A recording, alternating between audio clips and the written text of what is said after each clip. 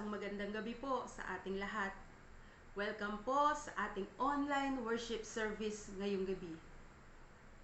Ang tema po para sa buwang ito ay panalangin sa kalooban ng Diyos. Napakahalaga sa isang nananampalataya ang pananalangin, sapagkat ang panalangin ay ito'y tungkol sa ating relasyon sa ating Diyos. Tumutulong ito upang magkaroon tayo ng ugnayan sa ating Diyos na makapangyarihan sa lahat. Dahil ang panalangin ay ang pakikipag-usap at pakikipag-ugnayan natin doon sa Diyos na nasa langit. Katulad ng ating relasyon sa ating mga magulang dito sa lupa, ito'y nangangailangan din ng pakikipag-usap o nais ng mga magulang natin na makarinig mula sa atin kung kumusta ba tayo, kung ano na bang ginagawa natin, upang masabi po na meron tayong relasyon sa kanila. Ganun din po sa ating pong Panginoon. Napakahalaga po na tayo'y naglalaan ng oras at panahon para po sa pananalangin. Kung paano po ang Panginoong Jesus, early in the morning po, siya ay naglalaan ng oras at panahon upang siya ay makipag-usap sa Diyos Ama na nasa langit sa pamamagitan ng panalangin. Ay nararapat din po sa lahat ng mga nananampalataya sa Panginoong Jesus ay meron din po tayong quiet time with the Lord o yung oras ng ating pananalangin sa Kanya. Sapagkat ang panalangin po ay nagsisilbi o nagiging daan upang magkaroon tayo o maging konektado tayo sa atin pong Panginoon Diyos.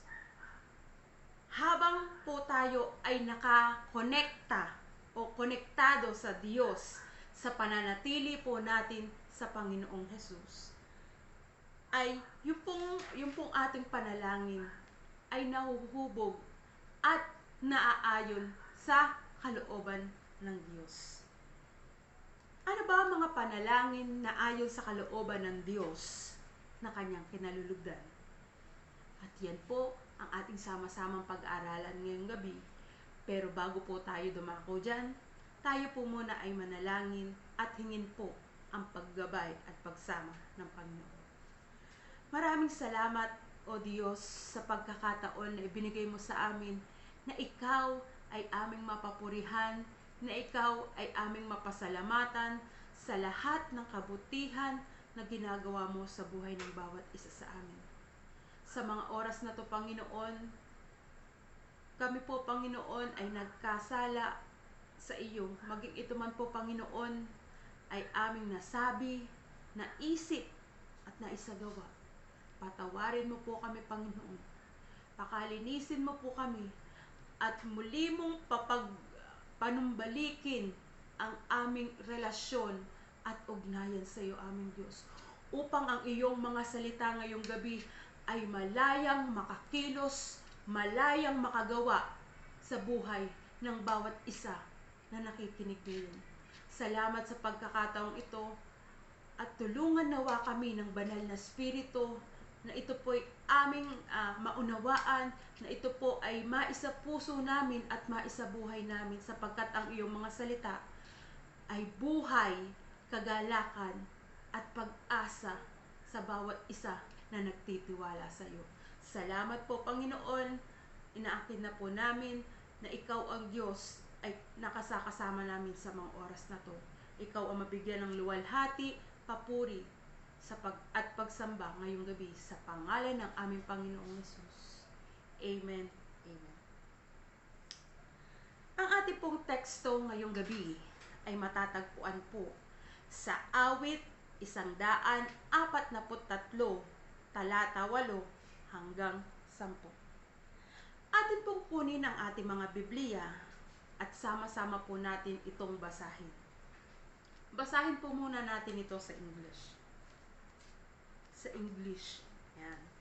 Sabi po dito, Let the morning bring me word of your unfailing love, for I have put my trust in you. Show me the way I should go, for to you I lift up my soul. Verse 9. Rescue me from my enemies, O Lord, for I hide myself in you. 10. Teach me to do your will, for you are my God. May your good spirit lead me on level ground. Sabi po sa Tagalog, ako ay umasa, sa iyo nagtiwala. Sa pagsapit ng umaga ay ipagugunita yaong pag-ibig mo na lubhang dakila. Ang aking dalangin na sa iyo'y hibik, patnubayan ako sa daang matuwid. Iligtas mo ako sa mga kalaban, ikaw lang o Yahweh ang aking kanlungan. Ikaw ang aking Diyos, ako ay turuan na aking masunod ang iyong kalooban.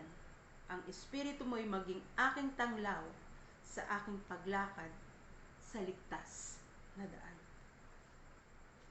Ito po ay panalangin ni David na nagpapakita ng lubusan o buong pagtitiwala at 100% na pagdepende sa atin pong Diyos na makapangyarihan.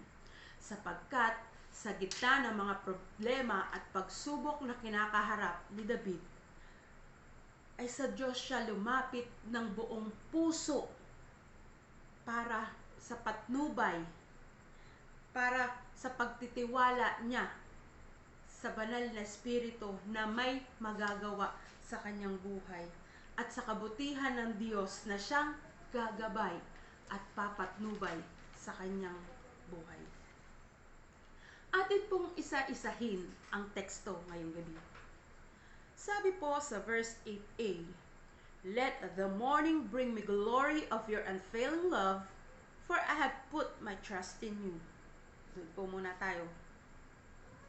Bakit po kaya nasabi ni Haring David ang mga pangungusap na ito? Nasabi po ito ni Haring David dahil sa siya po ay dumadaan sa matinding pagsubok ng buhay, na kung saan ang mga kaaway niya ay hinahabol siya upang siya po ay patayin. At dahil sa pagsubok na kanyang pinagdaraanan, ay nawawalan siya ng pag-asa sapagkat puno ng takot at pangamba ang kanyang puso. Larawan ng kawalan ng kapayapaan at kaayusan si Haring David sa mga oras na to.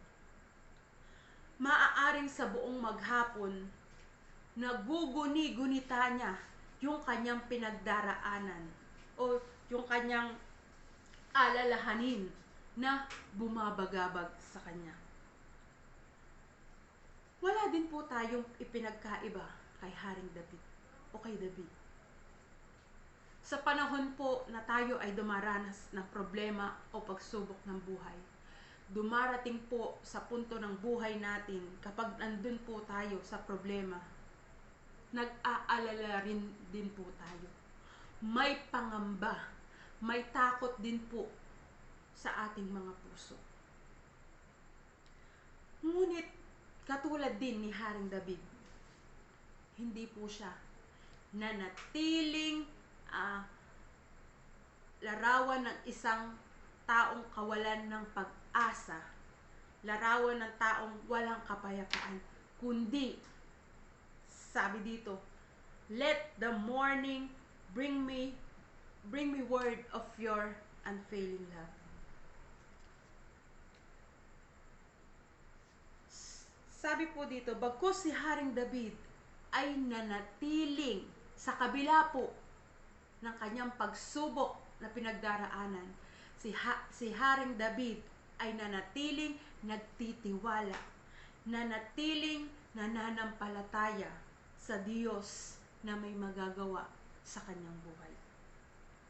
Sapagkat marami ng pinagdaanan na sitwasyon si Haring David na ang Diyos ang sa kanya ay tumulong. Noong mga panahon na si David ay isang magpapastol. Siya ay itinulungan ng Diyos upang yung kanyang alagang tupa ay makuha niya sa bibig ng leon at sa bibig ng oso. At isa pang pagkakataon sa buhay ni David nang siya po ay makipaglaban kay Goliath, sa Pilisteyong si Goliath. Siya po ay pinagtagumpay ng Diyos sa laban na yun. At ang ginawa po ni David ay hindi niya sinarili yung tagumpay na yun, o hindi niya binigyan ng credit ang kanyang sarili, kundi ang binigyan niya ng papuri at pasasalamat ay walang iba kundi ang Diyos na sa kanya ay tumulong, kundi sa Diyos na nagbigay ng katagumpayan doon sa sitwasyon na iyon. Alam ni David na hindi magtatagal ang problema niya na kanyang kinakaharap, sapagkat sabi po sa awit 30 verse 5b, sa buong magdamag luha may pumatak, pagsapit ng umaga kapalit ng galak. Kaya naman sinasabi po dito ni David na gawin ng Diyos na sa umaga ay ipaalala sa kanya ang kabutihan, ang kagandahang loob, at higit sa lahat, yung pag-ibig ng Diyos na hindi nagmamaliw. Sapagkat, sabi po sa Lamentations 3:22-23, ang pag-ibig ng Diyos ay hindi nagmamaliw. Ang kahabagan niya'y walang kapantay, ito'y laging sariwa bawat umaga, katapatan mo'y napakadakila. Ang bawat umaga po ay nagdadala sa atin ng pag-asa, bagong pag-asa at bagong panimula. Ito po'y nagpapatunay lamang na anuman ang pinagdaanan natin sa buong maghapong mga problema o pagsubok ng buhay, ay makakaasa tayo at makakasiguro tayo na ang pag-ibig ng Diyos na hindi nagmamaliw ay laging sariwa at bago sa bawat umaga na dumarating sa ating mga buhay. Napakagandang assurance po ng pag-ibig ng Diyos sa atin. Ano man po yung pinagdaraanan natin, tayo man po ay dumarating sa punto ng buhay natin na mas nabibigyan natin ng pansin ay ang problema. Pero pakatandaan natin, mga kapatid, ang pag-ibig ng Diyos sa bawat isa sa atin ay laging bago. Ito'y laging sariwa na talagang tunay na nakapagbibigay kaligayahan sa puso ng isang nananampalataya sa ating pong Panginoong Hesus. At ano pa po ang sabi sa verse 8b? Show me the way I should go, for to you I lift up my soul. Ang aking dalangin na sa iyo'y hibik, patnubayan ako sa daang matuwid. Dito po ay humihingi ng patnubay si David sa ating pong Diyos na makapangyarihan, patungo sa daan na matuwid na dapat niyang lakaran. Ipinagkakatiwala ni David sa Diyos ang lahat ng bagay na pagdaraanan niya. Yung kanyang buhay at yung kaluluwa niya ay ipinagkakatiwala niya sa Diyos. Sapagkat alam ni David na kung ang Diyos ang siyang gagabay, ang siyang tutulong sa kanya, ay sigurado at tiyak at tumpak na yung landas na kanyang daraanan ay tuwid at naaayon sa kalooban ng Diyos. Naalala ko nung ako po ay bata pa, Kinder po ako noon. Hinahatid sundo po ako ng aking nanay. Isang linggo po akong hinatid sundo sa pag-aaral ko. Pero habang hinahatid sundo po ako, itinuturo sa akin ng aking nanay kung saan ang daan pauwi at papunta sa school. So habang 1 week pong ginagawa ko yon, iyon po ay akin pong nakabisado. So napakahalaga po para sa akin na makabisado ko ang pagpunta sa school at hanggang sa makauwi ako sa bahay namin.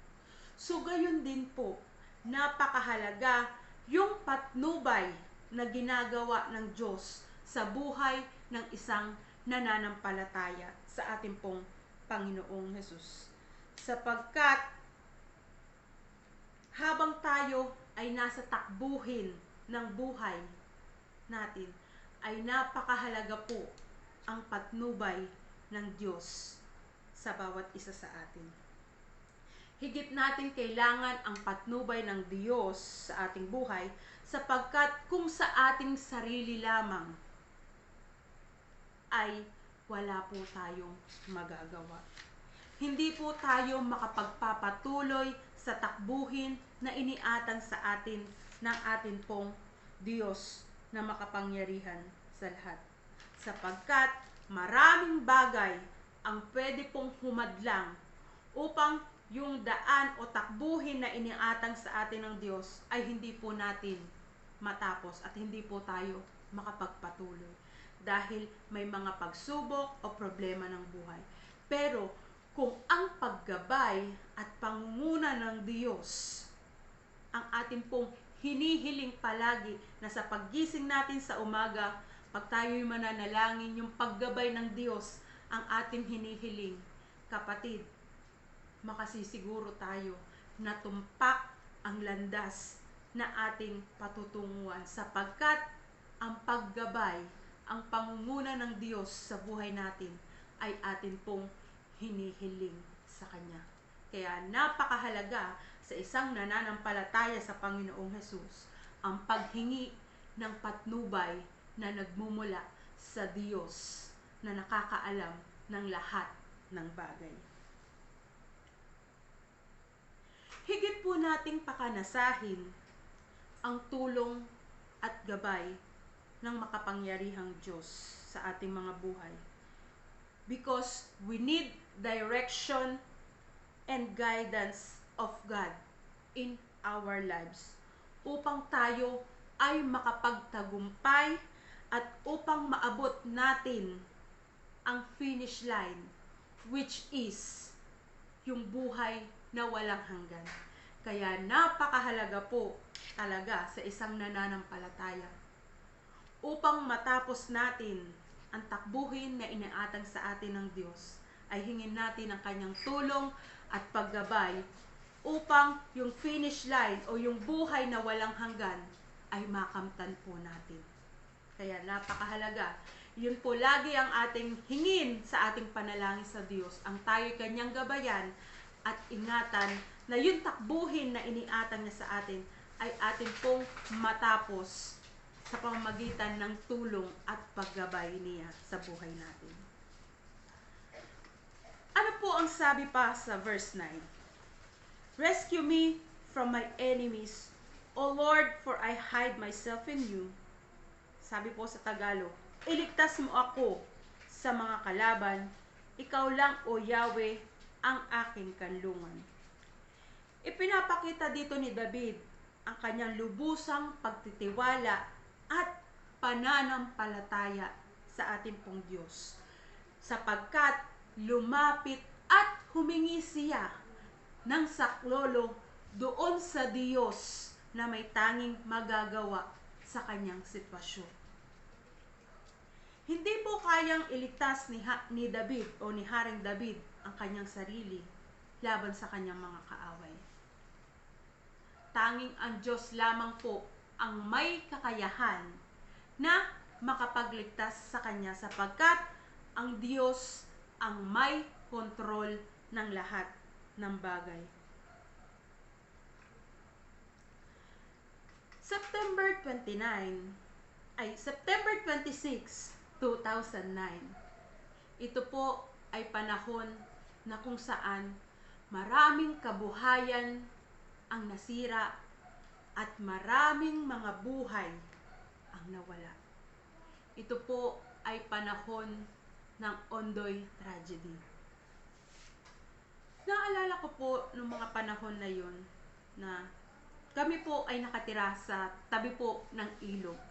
So dahil kami po ay nasa tabi ng ilog, kitang-kita ko po yung pagragasa ng malakas na baha. At dun sa malakas na baha na yun, may buong bahay na inaanod, may troso, at higit sa lahat, may tao na inaanod noong mga panahon na yun. Naramdaman ko po ang matinding takot para sa aking buhay. Sapagkat noong mga panahon na yun, ay talagang napakabilis pong tumaas ng tubig. Dahil ilang araw pong walang tigil o singkad po na nagpapatuloy ang buhos ng ulan. Kaya yung pong tubig na mula sa bundok ay bumaba po dito sa bayan. Ako po, ang tatay ko at ang aking pong kapatid na sumunod sa akin. Kami po ay nagdesisyon na umalis na ng bahay sapagkat anumang sandali ay pwede na pong anurin ang aming bahay dahil malapit nga lang po kami sa tabi ng ilog. So doon po sa pagdedesisyon namin iyon, napakalakas po ng ragasa ng tubig. So pahirapan po ang maglakad. So kinakailangan po talaga meron kaming mahawakan, meron kaming magabayan.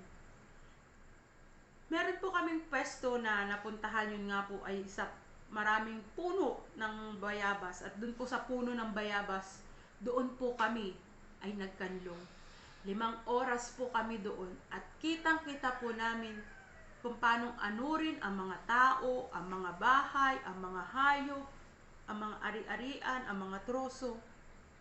So talagang nakakatakot po. Kaya naman po, ako po ay nanalangin sa Diyos na, Lord, kung kalooban mo po na ako po ay maligtas at ang aking tatay at ang aking kapatid, Lord, tulungan niyo po kami, iligtas niyo po kami.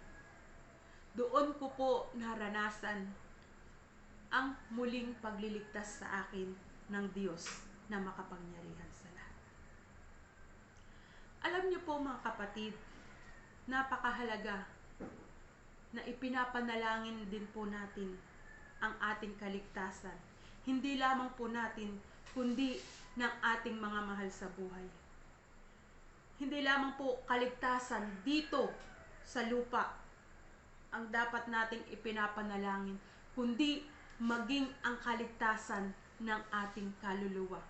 Na dumating tayong lahat, hindi lang po tayo, kundi yung ating mga mahal sa buhay na hindi pa nakakapanampalataya sa ating Panginoong Hesus, na dumating sa punto ng buhay nila na sila din po, kagaya natin, ay makakilala at magkaroon din po sila ng tunay na relasyon sa Panginoon, upang yung pangako ng Diyos na sa lahat ng tatanggap sa Panginoong Hesus ay magkakaroon ng buhay na walang hanggan, ay kanila din pong makamtan, kanila din pong mapanghawakan sa kanilang mga buhay. So napakahalaga po, hindi lamang po para sa kaligtasan natin sa mundong ito ang ating laging hinihiling sa Diyos, kundi kaligtasan po ng ating kaluluwa, na tayo ay makasama ng Diyos, 10 ng ating sambahayan, 10 ng ating pamilya, na makasama tayo doon sa langit ng ating Diyos na makapangyarihan sa lahat. Napakahalaga po yun mga kapatid. Yun po ay lagi nating isama sa ating panalangin, sapagkat ang mahalaga ay hindi po dito sa panglupa, kundi yung buhay na kasasapitan natin sa buhay na walang hanggan. Kaya mahalaga po na ipanalangin natin na magkaroon ng kaligtasan, hindi lamang po tayo, magkaroon ng kaligtasan ang ating kaluluwa, hindi lamang po tayo, kundi pati na rin ang ating mga mahal sa buhay at ang ating kapwa.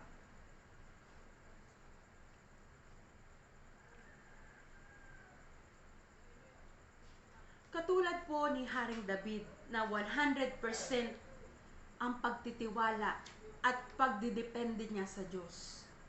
Tayo rin po, nararapat na tayo bilang nananampalataya sa Panginoong Jesus, 100% ang ating pagdepende at pagkilala at pagtitiwala sa ating pong Diyos na makapangyarihan sa lahat. Ang Diyos po ang matibay nating kanlungan sa lahat ng oras at panahon ng ating mga buhay. Kung paanong si Haring David, naranasan niya na sa bawat sitwasyon ng kanyang buhay, sa Diyos siya nagpakanlong, sa Diyos siya umasa, at sa Diyos siya nagtiwala. Naranasan ni Haring David ang pagliligtas sa kanya ng Diyos. Tayo rin po, napakahalaga na yung pagtitiwala natin, yung pagkanlong natin sa Diyos ay atin pong ibigay. Sapagkat tanging ang Diyos lamang po ang ating matibay na kanlungan sa lahat ng oras at pagkakataon ng ating mga buhay.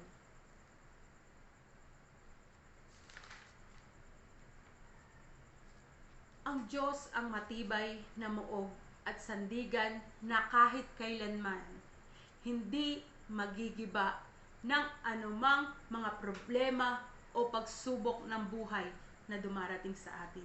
Sa Diyos tayo umasa, sa Diyos tayo lumapit, sa Diyos tayo magtiwala ng lubusan. At sabi pa po sa verse 10, "Teach me to do your will, for you are my God. May your good spirit lead me on level ground."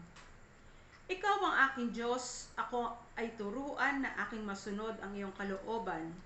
Ang Espiritu mo ay maging aking tanglaw sa aking paglakad sa ligtas na daan.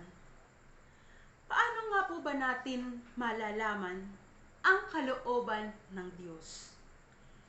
Isang paraan lamang po upang malaman ang kalooban ng Diyos. At ito po ay ang sa pamamagitan ng kanyang mga salita.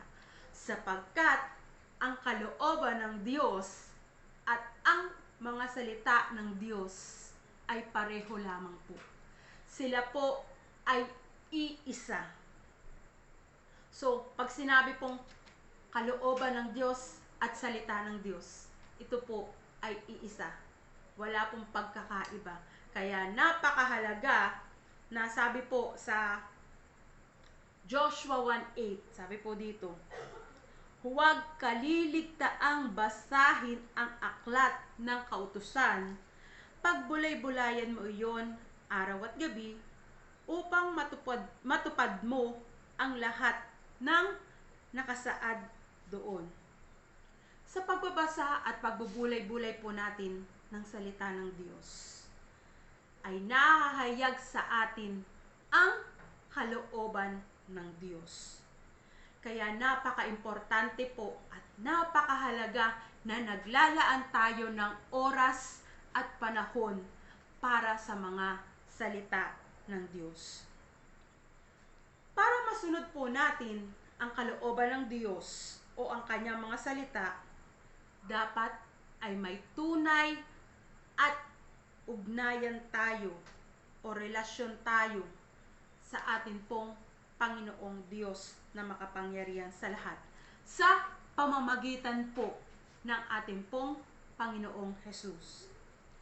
Hindi po natin kayang masunod ang kalooban ng Diyos kung wala ang tulong at paggabay ng banal na Espiritu. Ang banal na Espiritu ang ating gabay, ang ating guro, at ang tagapagpaaliw o yung ating mang-aaliw o comforter sa English. So sa pamamagitan po ng banal na Espiritu, nagagawa po nitong pasiglahin, patibayin, at patatagin ang atin pong pananampalataya sa ating pong Panginoong Hesus. Ang banal na Espiritu din ang siyang tumutulong sa atin upang maunawaan natin at maisabuhay natin ang salita ng Diyos sa pang-araw-araw nating mga buhay. Tulad ni David, lahat tayo ay nangangailangan ng patnubay na nagmumula sa atin pong Panginoong Hesus. Kailangan natin lahat ang tulong ng banal na Espiritu upang ituro sa atin ang kanyang mga daan at gabayan tayo sa lahat ng katotohanan na nagmumula sa kanyang mga salita. Tulad din ni Haring David na may pusong nagtitiwala, pusong laging handa na tumawag sa Diyos sa lahat ng sitwasyon ng ating buhay. Tayo rin po na nananampalataya o sa lahat ng mga Kristiyano na tinatawag ay napakahalaga po na meron din po tayong pusong handang magpaturo, pusong handang laging sumunod sa kalooban ng ating pong Diyos na makapangyarihan sa lahat.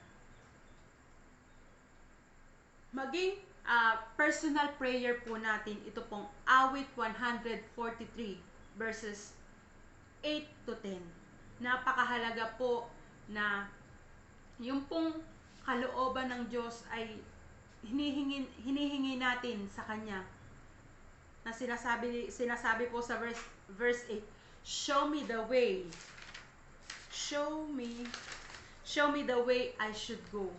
At sabi po sa verse 9, rescue me from my enemies. At sa verse 10, teach me to do your will.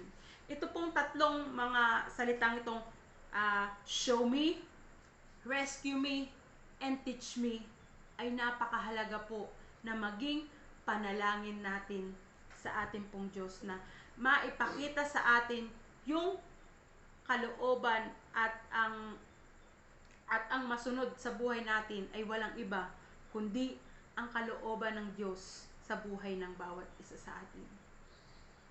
Sapagkat kung ang kalooban po natin ang laging masusunod, ito po'y hindi nakaayon, ito po'y laging taliwas sa kagustuhan o kalooban ng Diyos sa buhay natin. Kaya napakahalaga po na sa pananalangin natin ay masunod po natin o atin pong kagaya po ni Haring David ay lagi nating hilingin sa Lord na ituro sa atin ang daan patungo sa matuwid na daan, patungo sa kung saan naroon ang ating pong Panginoong Hesus at iligtas tayo sa ating mga kaaway, sa ating mga nagagawang kasalanan, iligtas tayo ng Diyos at higit sa lahat, turuan tayo ng landasin patungo sa ating pong Diyos na makapangyarihan. Kaya napakahalaga na tayo po bilang mga nananampalataya sa Panginoong Hesus ay may personal prayer sa ating pong Diyos na makapangyarihan. Personal prayer na kung saan naaayon sa kalooban ng Diyos na kanyang kinalulugdan. Naaayon sa kalooban ng Diyos na tayo po ay manalangin na hindi po para sa ating sariling kagustuhan lamang, kundi ang masunod palagi sa buhay natin ay ang kalooban ng Diyos. Kaya ngayong gabi mga kapatid, tandaan po natin itong panalangin ni Haring David na sa atin po ay palaging makasama sa ating panalangin na tayo po ay patnubayan at gabayan ng banal na Espiritu upang tayo po habang narito sa mundong ito, sa takbuhin natin sa mundong ito, ay makapagpatuloy po tayo dahil sa paggabay at pag-iingat ng banal na Espiritu. Salamat po sa bawat isa ngayong gabi sa pakikinig po. Tayo po ay manalangin ngayong gabi bilang pasasalamat sa mga salita ng Diyos na nahayag ngayong gabi. Dakilang Diyos, aming amang nasa langit, Salamat sa pagkakataon nito na yung mga salita mo ay amin pong nabuksan.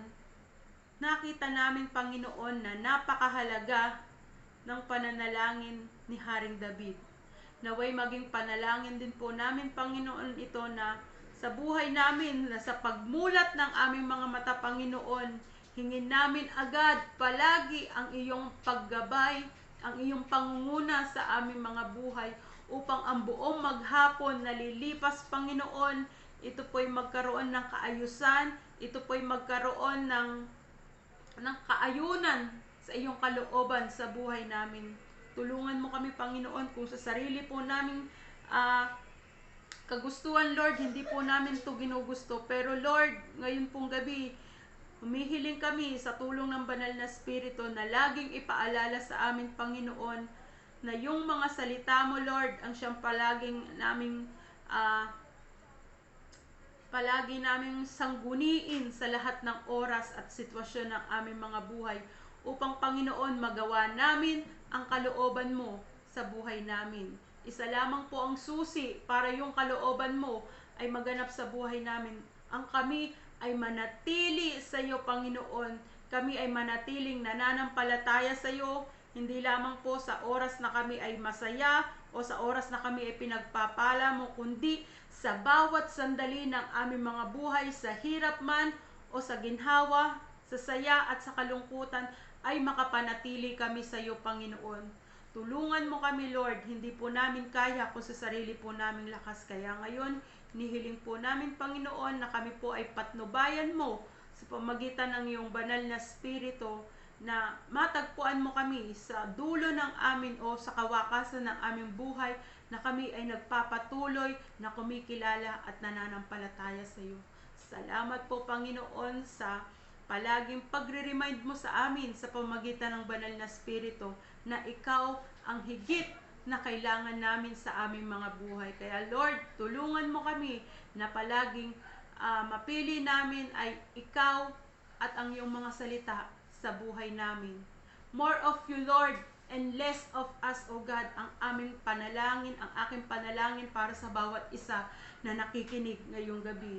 At patuloy, Panginoon, na sa paglakad namin sa mundong ito, na yung mga salita mo ang siyang maging gabay, ang maging ilaw at tanglaw namin sa mundong ito. At upang, Panginoon, matagpuan mo kami at ma-welcome mo kami dyan sa kaharian mo sa langit. Salamat po, Panginoon, at higit sa lahat, akin pong itinataas ang aking mga kapatid na nakikinig ngayon ng online service. Lord, anuman po yung kanilang pinagdaraanan, Panginoon, ikaw na po ang bahala, Panginoon. Ingatan niyo po ang bawat isa sa amin, yung pong pananampalataya na inilagay mo sa aming mga puso, Panginoon. Patuloy mong papag-alabin, patuloy mong papagningasin, Panginoon, upang, Lord, anuman pong pagsubok ang aming kaharapin sa araw-araw ng aming mga buhay, sa pagmulat ng aming mga mata, Lord, ang lagi naming maalala ay yung pag-ibig mo, Panginoon, na hindi nagmamaliw para sa bawat isa sa amin. Salamat, Panginoon, sa iyong mga pangako na aming patuloy na panghahawakan sa aming mga buhay. Pagpalain mo po ang bawat isa at sa buong isang linggo na lilipas, ang iyong pag-iingat, ang iyong pagsama at ang iyong paggabay ay amin pong hinihiling sa tanging parangalan ng amin pong Panginoong Hesus. Ang lahat ay magsabi ng Amen. Maraming salamat po. Good night and God bless you all.